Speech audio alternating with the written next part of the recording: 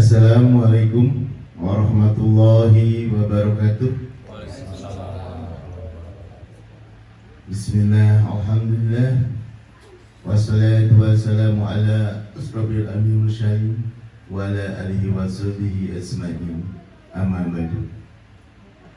Nu ku abdi hormat, alhamdulillah hadir Pak Kades, Pak RT, ada juga Pak RW, Pak Ustadz, ibu-ibu sadayana nu abdi di hormat sareng dicintai sadayana. Ibu-ibu, bapak-bapak sadayana, aya pepatah tak kenal maka tak sayang. Saya alhamdulillah hadir di sini. Pertama mungkin hanya silaturahmi, kedua melaksanakan tugas negara. Ada reses juga bahwa saya kebetulan jadi anggota DPRD Kabupaten Bandung Barat, jabatan Ketua Fraksi PDI Perjuangan. Periode yang sekarang ini sebetulnya udah periode yang kelima. Saya menjabat jadi anggota Dewan dari tahun 99. Jadi bukan hal yang baru. Ini pengalaman. Saya itu dalam tahun periode sekarang ini turun ke lapangan, saya biasa berbagi ilmu dan berbagi, kalau saya ada rezeki berbagi juga rezeki. Kenapa? Yang saya bagikan ilmu ini adalah kenapa saya nggak dari pertama berbagi ilmu? Awas, karena saya berbagi ilmu itu ada pepatah orang tua, tekad, lampah, ucap. Awas. Jadi saya pertama tekad dulu, meniatkan dulu, baru ngelampahin, baru ucap. Jadi semua saya keliling kemarin ke Padalarang, keliling kemarin ke Cimahi, terus keliling. Semua yang saya sampaikan adalah pernah saya alami. Karena celakalah bagi diri saya, maaf, bukan bagi diri orang lain, bagi diri saya apabila saya menyampaikan tausiah, saya hanya ngucap tapi belum pernah mengalami. Ini akan terjadi ngajak ke diri saya pribadi.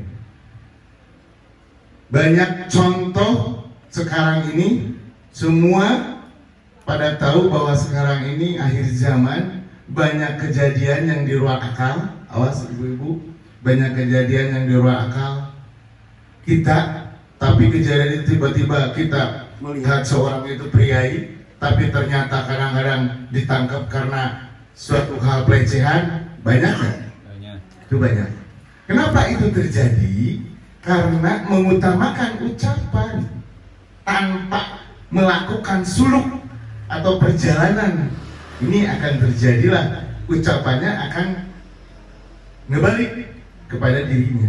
Nih, ini terjadi di belahan dunia, semua akan terjadi ini. Di akhir zaman ini akan terjadi yang hak itu hak, yang batil itu batil.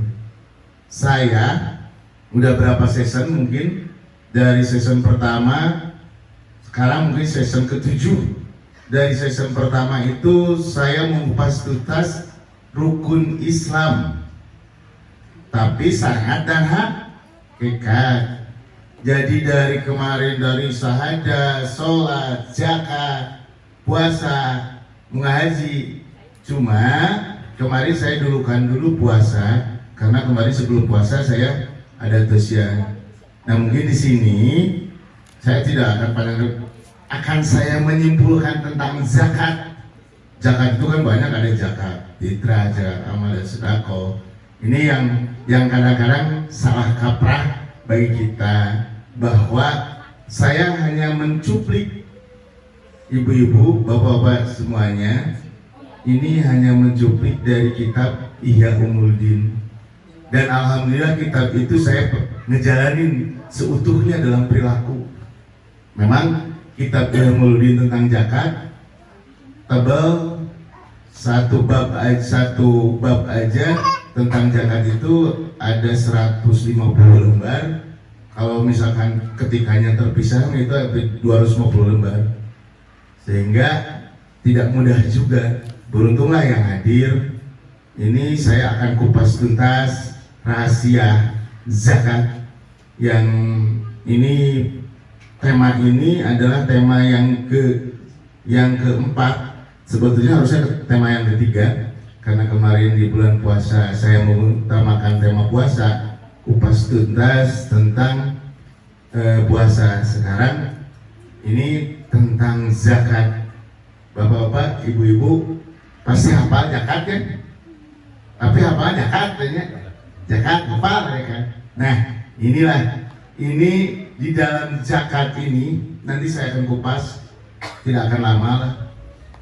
Akan kupas tuntas dari manfaat zakat, nanti gimana zakat, karena akan sesuaikan dengan perjalanan saya selama bertirakat suluk kalau bahasa Jawa mah, bahwa di dalam zakat itu ada 5 hal yang harus utama, kata Syekh Abdul Qadir bukan Syekh Abdul Qadir, maaf, kata Al-Ghazali.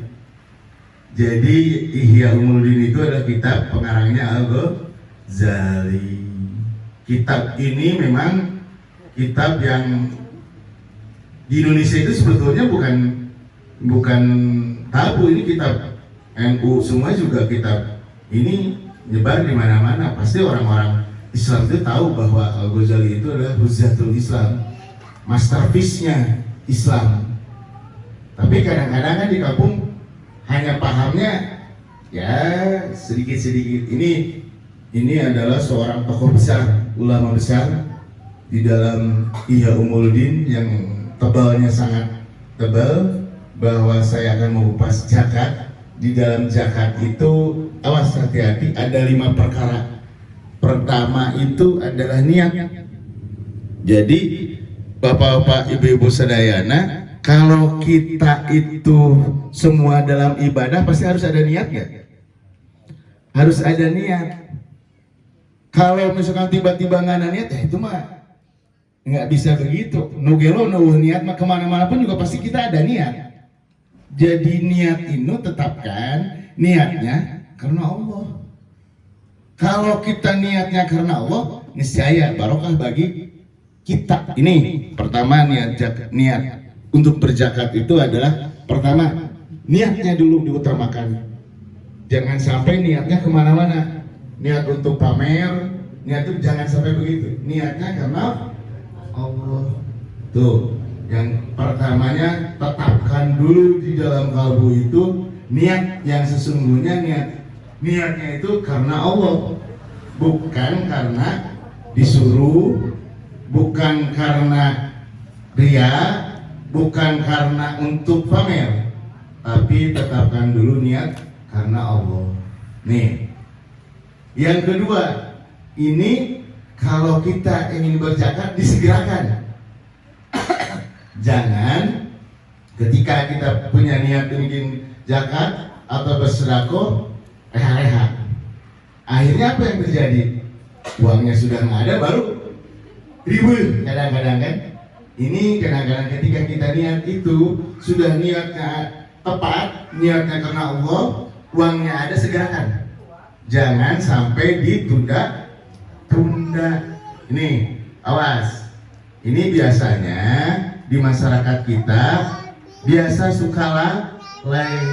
suka menunda-nunda kebaikan. Kita niat kebaikan, isukani ayah we. Ternyata kadang-kadang di dompetnya teh diambil, ada yang ngambil. Kadang-kadang begitu, karena niat kita sudah bagus ditunda-tunda. Banyak kejadian ketika sudah bagus ditunda-tunda, akhirnya nggak jadi lah zakatnya. Tuh, karena ditunda-tunda. Yang ketiga, tidak mengganti dengan barang yang lain. Maksudnya di dalam zakat itu tidak mengganti barang yang lain. Kalau di dalam zakat Idul Fitri itu kita kan biasa diganti dengan uang ya, dengan uang diganti. Sebagian ulama itu membenarkan dan sebagian ulama juga ada yang tidak. Tapi lah nggak apa-apa, itu jangan sampai kontroversial. Yang penting mana aja yang kita mampu silahkan. Yang maksud di sini tidak mengganti adalah tidak mengganti nilai. Contoh, kalau kita zakat amal, kita itu punya emas 10 gram, misalkan 10 juta diganti jadi bukan emas, jadi zakatnya perak. Nah, ini krus nilainya akan kecil. Biasanya kalau zakat emas itu 10 gram, anggap aja kali 1 juta gitu. 10 juta 2,5%, 250.000. Tapi kalau diganti oleh zakat perak 10 gram kan nggak akan 10 juta. Iya kan? Nah, yang tidak diperbolehkan itu adalah mengganti barang yang misalkan emas diganti sama perak. Itu ada 5 hal yang harus diutamakan. Terus yang kelimanya, jangan salah kita membagikan. Harus dibagikan kepada kelompok yang sesuai. Ada 8 asnaf. Di dalam ini dipertegas di dalam surah At-Taubah ayat 60. Ini ada 8 asnaf: fakir, miskin, amil, mualaf, budak, sabirilah, musafir, orang yang punya utang. Ini ada 8. Jadi jangan sampai kita salah sasaran di dalam zakat itu. Nah, itu baru masuk kepada kita syarat, ada 5 hal yang harus dijaga dalam kita mengutamakan zakat. Jadi ada 5 dulu itu. Jadi sebelum masuk nanti kepada tugas kita, zakat itu adalah tugas kita. Kalau di dalam Al-Ghazali itu mengupas tuntas, bukan fisik, bukan lahir, tapi mengupas tuntas menuju akhirat dengan zakat. Jadi dengan zakat ini kita bisa menuju akhirat, kekekalan yang abadi. Dengan zakat ini mengupas tuntasnya adalah kolbu, hikmahnya dengan zakat ini, bukan lahiriahnya. Karena ibu-ibu, dengan zakat ini kita itu seolah-olah dan memang betul bahwa kita sudah bersyahadat asyhadu alla ilaha illallah. Semua bersyahadat ya? Asyhadu alla ilaha illallah wa asyhadu anna Muhammadar Rasul. Apa enggak semuanya? Apa tuh kan? Alhamdulillah, semua yang ada di sini syahadat itu hafal. Ini tapi saya tanyakan, kalau anak kecil 9 tahun apa enggak? Ada yang apa? Ya, kita itu nih, makanya zakat itu bisa menuntun ke akhirat tuh.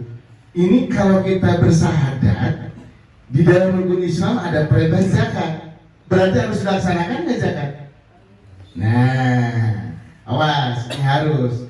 Sedangkan di sini kita bersyahadat itu, saya gali tauhid. Karena kita bersyahadat itu berarti kita itu menyaksikan asyhadu alla ilaha illallah, tidak Tuhan selain Allah. Ini bertauhid. Kalau kita menyaksikan, merasakan secara lahir dengan ucapan dan kolbu bahwa tidak Tuhan selain Allah, apa yang seharusnya yang ada di dalam diri kita, di dalam kolbu kita itu mengeluarkan selain sifat Allah yang ada di diri kita. Gimana selain sifat Allah? Sifat setan dan iblis jangan ada di dalam kolbu kita. Kalau kita sudah bersyahadat, orang yang sudah bersyahadat itu berarti sudah menyaksikan, sudah yakin terhadap Allah, sehingga sifat-sifatnya tidak ada sifat setan dan iblis. Sombong, ujub, riya, takabur, iri, dengki, jahil, karena nggak ada. Yang ada sifat-sifat Allah, Rahman, Rahim. Kalau itu sudah bersyahadat secara syariat dan hakikat. Kadang-kadang ibu-ibu bapak-bapak syahadatnya masih syahadat syariat. Syahadat syariat itu hanya ucapan tanpa nembus kepada kolbu. Ketika kita bersyahadat syariat hakikat, ucapan, kolbu, perilaku. Jadi tandanya orang yang sudah bersyahadat asyhadu alla ilaha illallah, tiada Tuhan selain Allah. Tandanya orang itu tidak ada rasa takut oleh siapapun, hanya takutnya oleh Allah. Itu orang yang sudah bersyahadat secara syariat dan hakikat. Dan orang yang sudah bersyahadat secara syariat, dia itu semua raga, semua rizkinya bukan kepunyaannya. Punya siapa? Punya Allah. Kita mati titipan, nyambung dengan zakat di dalam rukun Islam. Syahadat, sholat, zakat, diperintahkan kita itu untuk berzakat. Kita harus enggak? Harus, kalau kita sudah bersyahadat, kalau kita sudah meyakini terhadap Allah dan terhadap Rasulnya. Nih, karena tanda kita itu taat, tanda kita itu taat terhadap perintah Allah. Jadi itulah bukti tauhid, yang intinya nantinya ketika bukti tauhid ini kita laksanakan, kita sedikit-sedikit tidak terlalu terikat oleh duniawi, karena merasa bahwa nyawa, badan, rizki, jabatan, harta, tahta semua milik Allah, bukan milik kita. Semua berarti titipan. Nah itu. Terus sedikit-sedikit paham ya Bu? Jadi kupas tuntasnya sampai dalam nih. Sedikit-sedikit. Ini dari seorang profesor Islam dari Al-Ghazali. Ini kupas tuntas agar kita memahami sampai nembus ke batin dan perilaku. Kadang-kadang kita zakatnya mending mah zakatnya ada zakat fitri, zakat mah itu gitu. Nah, biasanya Al-Ghazali akan mengategorikan 3 kelompok hal. Ayo tafakuran kita ini dalam umat Islam di dunia ini dikategorikan tentang zakat ini oleh beliau ketika ada kelompok awam.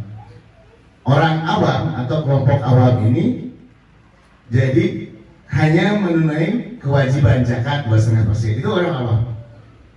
Yang nggak zakat itu adalah kelompok minus. Salat sadat ya ucapan zakat itu kelompok minus.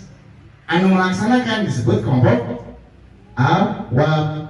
Tapi ada yang lebih melaksanakan disebut kelompok khawas. Ada yang lebih level lagi. Nih tafakuran. Apakah kita masih awam atau khawas? Itu bisa nanya kepada diri kita. Apakah diri kita ini termasuk minus yang tidak pernah zakat, atau kelompok awam yang hanya zakatnya 2,5%, kewajiban hanya mencukupikan kewajiban, atau kelompok khawas yang zakatnya kelompok khawas itu ini setengah hartanya itu dibagikan bagi Allah. Ada nggak di sini yang setengah hartanya dibagikan di jalan Allah kepada fakir miskin? Pasti nggak ada ya. Nah, ini nggak ada. Ketika mau kelompok khawas itu memang sulit. Ini baru khawas. Padahal di dalam Al-Quran sudah tercatat di dalam surat Al-Baqarah. Itu di dalam Al-Baqarah itu bagikanlah sedekahkanlah setengah rizkimu. Kan begitu. Pama surat Al-Baqarah yang ayat-ayat pertama itu dirikanlah sholat, tegakkanlah sholat, kan gitu. Sedekahkan sebagian rizki. Nah itu kan di dalam Al-Baqarah. Jadi sebagian itu bukan 1%, 2%, tapi itu buat orang khawas. Pertanyaannya kita mau minus, mau awam, ini pertanyaan itu akan kembali pada diri kita. Level sampai di mana diri kita? Siapa katanya yang pernah mengalami khawas? Ini sudah dijalani ketika itu oleh sahabat Rasulullah Umar bin Khattab. Umar bin Khattab itu ketika ditanya oleh Rasulullah, dia mendermakan sebagian hartanya. Ini yang hoas sebagian, dan sebagian pun juga di kita jarang. Nggak ada gue. Yang Masya Allah. Nah inilah. Jadi ketika kita seorang hafal Al-Quran atau dia bacaannya bagus, ketika oleh Al-Ghazali disodorkan level-level tingkat batinnya, sebetulnya ini bisa mengontrol diri kita. Sudah sejauh mana batin kita? Apakah tingkat minus, awam, hoas, hoas. Kalau awam itu Bu hanya apa? Hanya menjalankan kewajibannya aja. Kalau hoas setengahnya. Ada lagi yang hoasul hoas, walaupun martabak istimewa. Ini adalah orang-orang yang sekaliber wali-wali. Dia mendermakan semua haknya. Ada nggak di sini? Sulit. Nih makanya saya bisa ngucap karena ini saya sudah pernah melakukan semuanya. Makanya saya nanya, ada nggak yang di sini? Karena kalau misalkan hoas itu sekaliber para wali. Awas. Perilaku adalah para ulia, para nabi. Makanya bisi ayat anu seperti ini, dia berarti kan kekasih Allah. Kita kepada ada seorang kekasih Allah terus kita ditamelarkan, dosa enggak? Dosa. Karena kekasih Allah itu bukan ucapan, tapi intinya perilaku dan akhlak. Berat nggak? Berat. Jangankan semuanya, jangankan setengah, 2,5%. Besok lalai. Bu, saya nih pengalaman, saya katakan yang saya ucapkan adalah semuanya saya sudah lakukan. Termasuk ini. Ketika 2001 saya jadi anggota DPRD Kabupaten Bandung, saya mengundurkan diri dari jabatan, tahta, harta, semua saya dermakan kepada jalan Allah. Ini yang disebut pingin level naik, pingin hoas. Jadi bukan ucapan, tapi lakukan 2001 Bu. Bukan sekarang 2001, sekarang 2023. Semua harta, jabatan, tahta saya lepaskan. Saya belajar ilmu tasawuf. Karena syaratnya adalah tidak terikat oleh dunia. Selama 20 tahun, ketika 2001, nih saksinya ada Pak Kades, saya nggak punya rumah. Baru sekarang 2021 saya membuat rumah 20 tahun. Kenapa? Bukan saya sombong. Ini menjalankan perintah Allah, walaupun berat, nggak jadi masalah. Karena kita mau menemui dan mencintai Allah itu banyak tantangan dan halangan. Kalau kita ingin naik batinnya dari minus, awal, hoas, semua kita harus berkorban. Jadi harus ada pengorbanan. Masa kalau kita mencintai kepada makhluk aja, kepada makhluk Allah, kepada perempuan, kita harus berkorban, kudu apel, betul nggak? Kudu nggak jajanan. Tapi ketika kita ingin mencintai Allah, masa nggak mau berkorban? Nah inilah, atau minimal dari kita minus masuk ke awam sok zakat, dari nanti rezeki ada masuk dari awam itu ke hoas. Kalau kita ingin disayang oleh Allah, ari mental loba, pamental loba, ari melaksanakan perintah Allah, ini tidak ada. Nah ini yang salah. Jadi kata orang tua dulu, ucapannya banyak, ucapan terus dakwah kemana-mana, tentang zikir, tentang zakat, tentang sedekah, tentang berbagi, tapi dirinya nggak pernah berbagi. Salah nggak? Salah. Kalau saya alhamdulillah bukan saya pengen dipuji dan puja, karena puji dan puja itu karena punya Allah. Saya mengikuti perintah Allah bahwa saya kemanapun melangkah, saya berdakwah harus punya rezeki. Saya yang berbagi. Ibu-ibu tinggal dengarkan di amplopan. Saya akan berbagi ilmu dan berbagi rezeki yang saya telah dapatkan dari kecil sampai sekarang ini sudah sampai setengah abad. Dan saya merasa prihatin di akhir zaman ini banyak terjadi pertempuran adu pendapat tentang agama, tentang umat, masa terpecah-pecah. Kita jangan terjebak kepada hal-hal seperti itu. Kita langsung aja gantungkan diri kita kepada Allah. Jangan sampai menyalahkan golongan A, menyalahkan golongan B. Jangan. Kita harus pertama beribadahnya lahir dan batin bergantung hanya kepada Allah. Iyyaka na'budu wa iyyaka nasta'in. Jangan kita kesana kemari ikut ka dieu, bring ka ditu, bring ka dieu. Jangan. Karena akhirnya kita terjebaklah dengan dogma dan kadang-kadang mengkafirkan orang. Nggak boleh. Karena semuanya juga Allah menciptakan makhluk manusia ini, diciptakan semua oleh Allah. Yang kewajiban kita itu saling asah, saling asih, saling asuh. Mereka selama hidup itu mereka masih ada pintu tobat. Mudah-mudahan ada hidayah. Deketan ke orang lain disebutkan murtadlah, kafirlah, sesatlah. Jangan begitulah. Mungkin dia lagi lupa, mungkin dia lagi hilaf. Yang wajib kita luruskan. Jadi jangan sampai kita menjas orang. Belum tentu yang dijas itu lebih baik dari kita.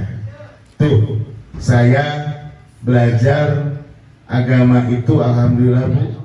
Saya sendiri, saya ngulik sendiri, tidak belajar kemana-mana karena meyakini bahwa itu Tuhan itu maha kasih maha sayang.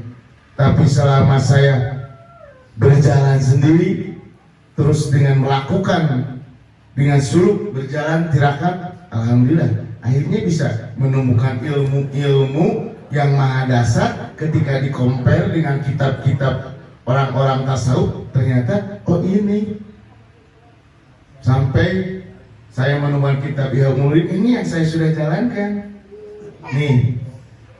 Jadi yang pertama itu harusnya jalankan dulu, jangan diucap heula. Ketika kita mengucap dulu, akhirnya akan ngajak kepada diri kita. Makanya banyaklah berdiam, berzikir, diam sembari zikir, zikir kolbu, zikir ruh. Belajarlah setiap detiknya kita mencintai Allah, menyebut nama Allah. Ciri orang yang iman itu adalah orang yang selalu berzikir, mengingat nama Allah. Tuh, cok belajar. Karena apa? Dengan saya turun ke masyarakat bukan untuk diri saya, Bu-ibu. Bekal ini adalah kalau dilaksanakan untuk ibu-ibu dan keluarga, bisa menyelamatkan diri sendiri dan bisa menyelamatkan keluarga. Tuh, man arofa nafsahu faqad arofa bahu. Nesnyaho karena dirinya, jadi dirinya akan tahu pada yang menciptakannya. Jadi kita harus belajar dari sekarang, bukan meninggalkan syariat. Karena hakikat itu ada, pasti ada syariat. Tapi syariat itu kita taikkan. Bukan, sana saya mari bertasawuf, nama nges sholat, salah. Nah itu menjadi salah. Sembari kita sholat, beribadah lahir dan batinnya juga dibersihkan. Ada juga yang belajar tasawuf meninggalkan sholat, itu salah, tidak boleh begitu. Karena perintah Allah itu lahir dan batin. Yang utamanya adalah batin. Nah, itulah di dalam, apalagi di dalam hoasul hoas ini semua hartanya didermakan bagi orang-orang yang di jalan Allah. Ini seperti siapa? Contohnya adalah sahabat Rasulullah Abu Bakar. Jadi Abu Bakar ketika ditanya oleh Rasulullah, kamu mau mendermakan harta berapa untuk kita berjuang di jalan Allah? Abu Bakar itu mendermakan semua hartanya. Kata Rasulullah, ya Abu Bakar, gimana anak cucu, anakmu dan istri-istrimu? Makanya saya gantungkan kepada Allah. Saya gantungkan kepada Allah, kepada Rasul. Saya yakin semua harta dan rezekinya Allah yang atur. Berarti itu tingkat tauhid keimanan yang sangat tinggi. Dicontohkan oleh sahabat Nabi Abu Bakar. Ada lagi ahli sufi yang mencontohkan itu siapa? Ibrahim Adhan. Dia seorang raja, ini sampai dia turun tahta menjadi rakyat biasa demi untuk berjalan mencintai Allah, belajar dalam ilmu-ilmu tasawuf. Namun selain ilmu tasawuf itu sederhana, ilmu yang mempelajari tentang kebersihan kolbu. Jadi yang utama kolbu atau fisik? Kolbu. Yang kekal abadi ruh atau jasad? Ruh. Yang kekal abadi itu ruh. Jasad kita itu akan dikubur. Ketika kita sholat hanya sholatnya raga, ruhnya tidak ikut sholat, berarti di barat cai nina daun tales. Tetapi ketika ketika jasadnya sholat, ruhnya sholat, ketika jasadnya dikubur, ruhnya hidup kekal abadi. Ingin nggak hidup kekal abadi? Kan semuanya juga cita-cita, nggak ada cita-cita yang mau ke neraka. Ada ya cita-cita yang mau ke neraka? Tuh, nggak ada. Semua cita-cita pasti ke surga. Tapi kadang-kadang cita-cita ke surga menjalankannya leha-leha. Sebetulnya kita masih hidup di alam dunia ini berjuang, berkorbanan habis-habisan untuk kita itu di kemudian hari jasad dikubur, ruh akan kekal abadi. Dan ketika kita sudah bisa menyelamatkan diri di dunia ini, kita bisa menyelamatkan keluarga. Jadi ruhnya nanti leluhur kita yang meninggal, karena orang tua kita yang sudah meninggal, yang ditunggu-tunggu adalah anak yang soleh. Anak yang soleh yang mana? Yaitu yang sudah mencapai tingkat ilmu batinnya yang wasul was, yang bisa menyelamatkan leluhur kita. Atau di dalam ilmu tasawuf disebut ilmu syariat, tarekat, hakikat, marifat. Jadi hanya orang-orang marifat dan hakikat yang bisa menyelamatkan. Semua bisa nggak? Semua juga kalau mau berkorban, kalau mau berjuang, tidak menutup kemungkinan semua bisa ketemu dengan Allah. Karena semua juga ini kita itu makhluk Allah. Nah, tuh ibu-ibu, bapak-bapak, ini hikmah-hikmahnya ini di dalam zakat aja menuju akhirat. Kata Al-Ghazali, kalau dikupas tuntas sampai dalam, kan alhamdulillah zakat itu memberikan fungsi untuk membersihkan batin. Karena dipaksa kita itu harus sadar bahwa kepemilikan kita itu adalah bukan milik kita, milik Allah. Akhirnya kita itu tidak, di dalam diri kita tidak pelit. Karena ketika kita berpelit, tidak ingat zakat, perintah Allah, ini bisa aja ngebunuh orang lain. Kenapa? Lihat, orang yang sudah lupa berzakat, bersedekah, akhirnya ketimpangan ekonomi. Betul nggak? Ketimpangan ekonomi, yang kaya semakin kaya, yang miskin makin miskin. Karena ya itulah, kadang-kadang hanya pikiran mereka zakat itu yang awal itu gitu. Coba kalau bayangkan, kalau yang mengaku umat Islam ini semuanya was, semuanya didermakan, dibagikan di jalan Allah, berarti malah yang miskin itu. Ya, ayo. Atau setengahnya lah dari umat Islam itu hoas, membagikan setengah rezekinya, harta kekayaannya. Ada yang miskin nggak? Nggak ada. Tapi ketika sekarang ini kita ngelihat anu boga penalisa puluh, pejabat semakin korup, mereka mengaku semua juga Islam, tapi perilaku masalahnya jadi Islam. Nah, ini yang terjadi. Makanya saya mencontohkan dari 99 sampai tahun 2000 nggak punya apa-apa, bukan berarti nggak punya apa-apa secara batin, tapi mempertahankan perintah Allah agar semua rezekinya tidak mengajak kepada diri saya, sehingga bertahan. Akhirnya setelah kita melaksanakan semua apa yang kita baca, akhirnya saya turun gunung karena saya berhak untuk bertausiah, karena tausiah saya ini adalah semua sudah dilakukan, jadi sudah diamalkan kepada diri sendiri nantinya agar bisa dicontoh bapak-bapak, ibu-ibu, agar bisa dicontoh oleh umat-umat yang lainnya. Ketika dulu zaman dulu ada Umar, Abu Bakar, Umar setengahnya, Abu Bakar seluruh totalnya.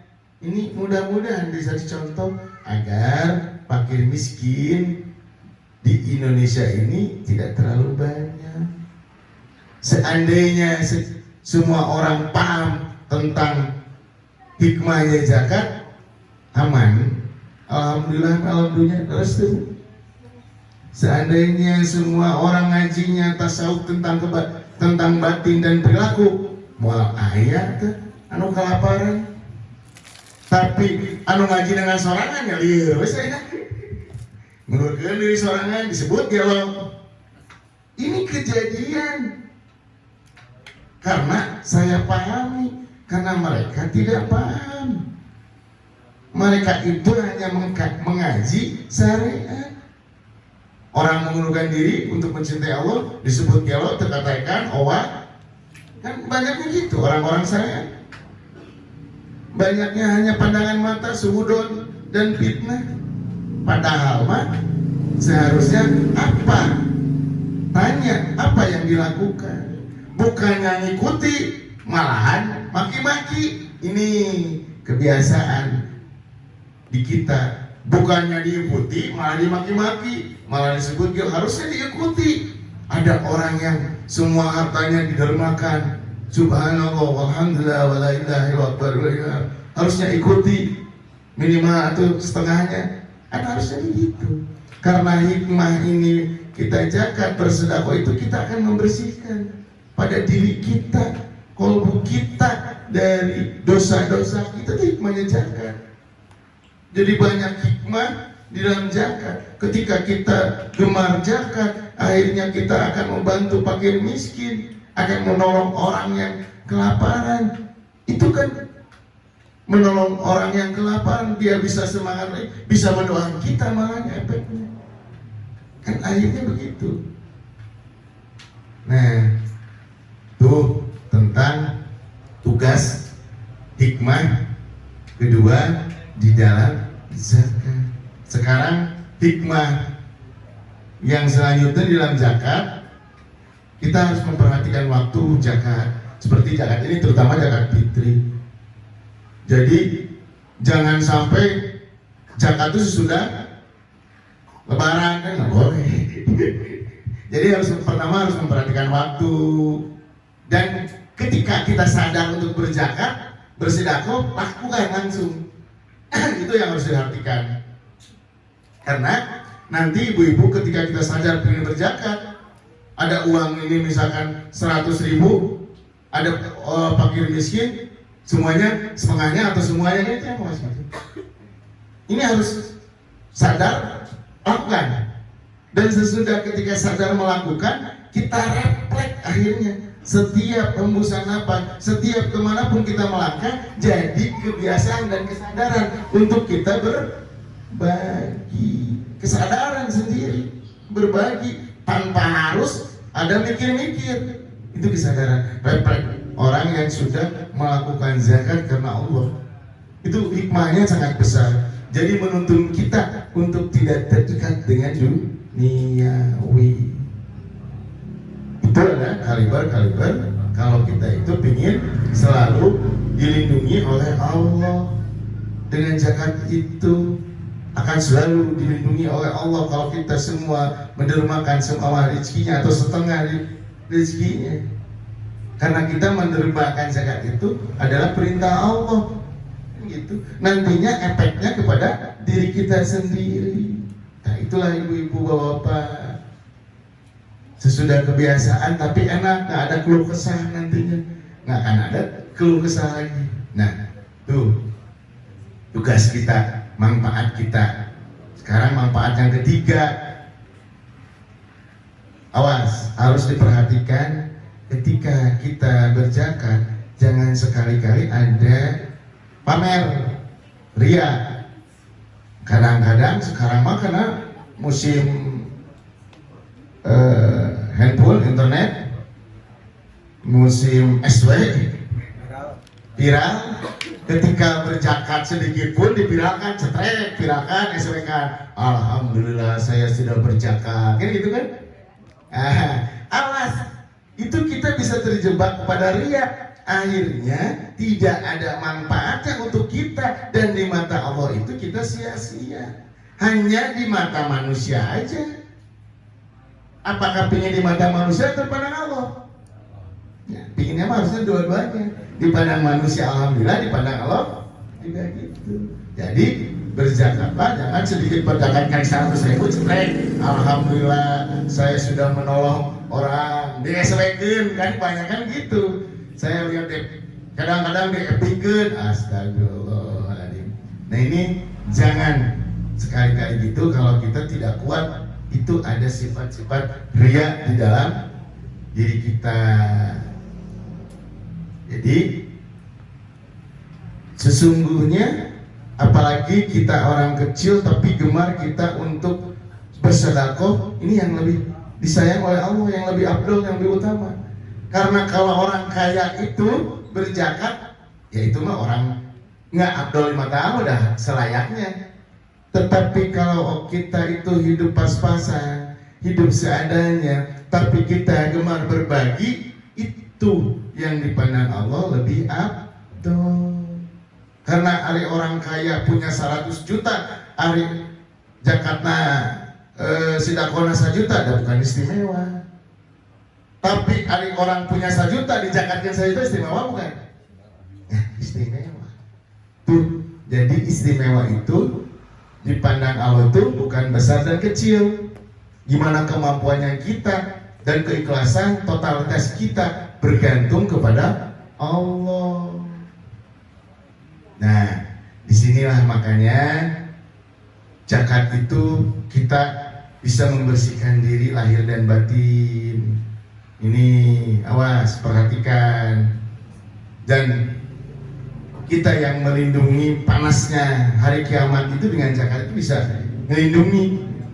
Karena dengan zakat ini mudah-mudahan kita senang berbagi. Ada orang yang kekasih Allah, orang disayang Allah, atau ada orang yang kelaparan, kita berikan makan, dia akan terus berdoa kepada Allah untuk memohon kepada orang yang memberikan zakat atau sedekah.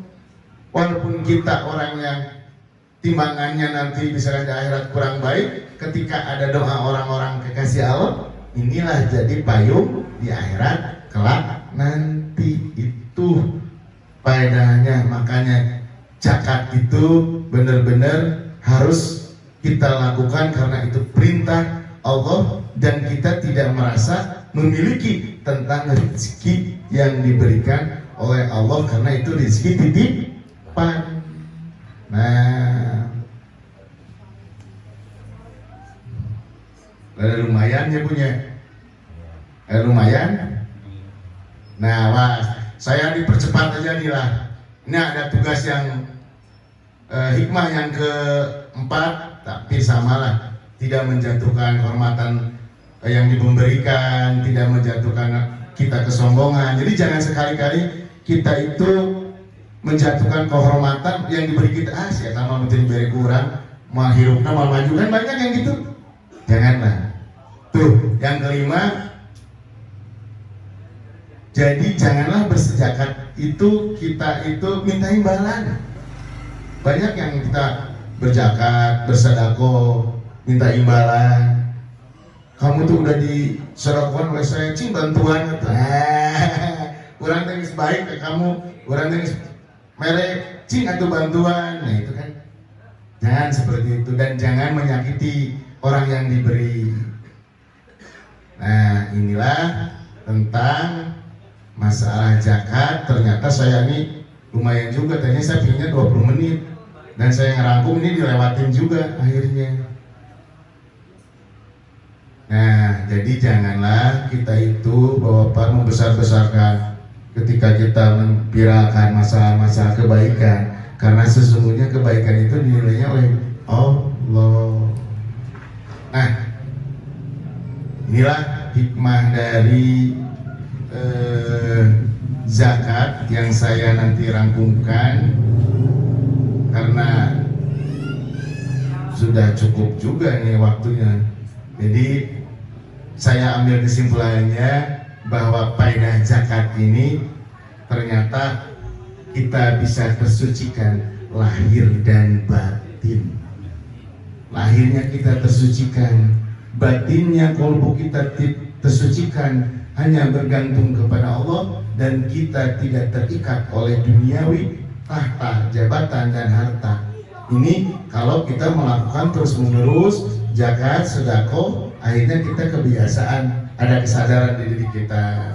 Dan faedahnya juga tadi saya sebutkan ada. Ini pertama tugas dari Allah, kita bergantung kepada Allah, perintah Allah kita melaksanakan perintah Allah. Efeknya juga kita membagi kepada makhluk ciptaan Allah. Ada makhluk ciptaan Allah yang pasti akan mendoakan kepada kita. Itulah hikmah dari zakat yang saya rangkum. Jadi sebetulnya ini masih panjang, kalau dibeberkan sebenarnya lebih tuntas. Tapi hal itu mudah-mudahan walaupun sedikit, asalkan patrik sedikit tapi dijalankan. Jadi kalau di dalam tasawuf itu Bu, walaupun sedikit tapi harus dijalankan terhadap kehidupan sehari-hari. Jangan sekarang saya dakwah nanti 10 jam tapi tidak dijalankan, percuma.